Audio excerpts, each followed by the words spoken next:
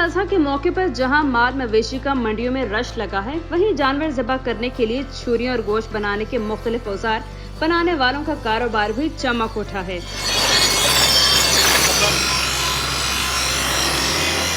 ईद कुर्बान के मौके पर शहरों और कस्बों में लोहारों की दुकानों पर छुरियां और कुर्बानी के दीगर औजार खरीदने वालों के साथ साथ तेज करवाने वालों का भी रश नजर आ रहा है।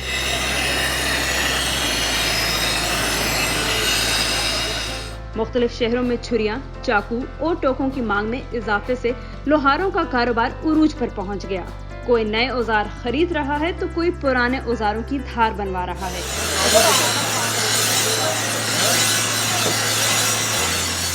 ईद कुर्बान करीब आते ही छुरियां, चाकू बनाने और छुरियां तेज कराने वालों की चांदी हो गई। जहां काम में तेजी आई, वहीं इनकी कीमतों में भी इजाफा हो गया।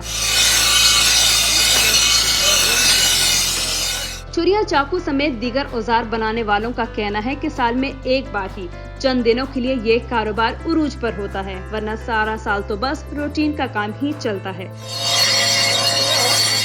काम पहले से बेहतर है और लगे हुए हैं, गाहक आते हैं, चीज़ें भी लेते हैं, तेज भी करवाते हैं।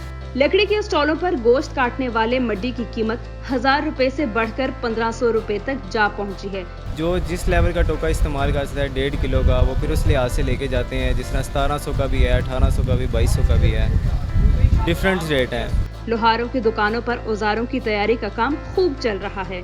एक तरफ छुरियां, चाकू फरोख्त किए जा रहे हैं, जबकि दूसरी जानिब मशीन पर लगे पत्थरों से छरों की धार बनाने में कारीगरी दिखाई जा रही है।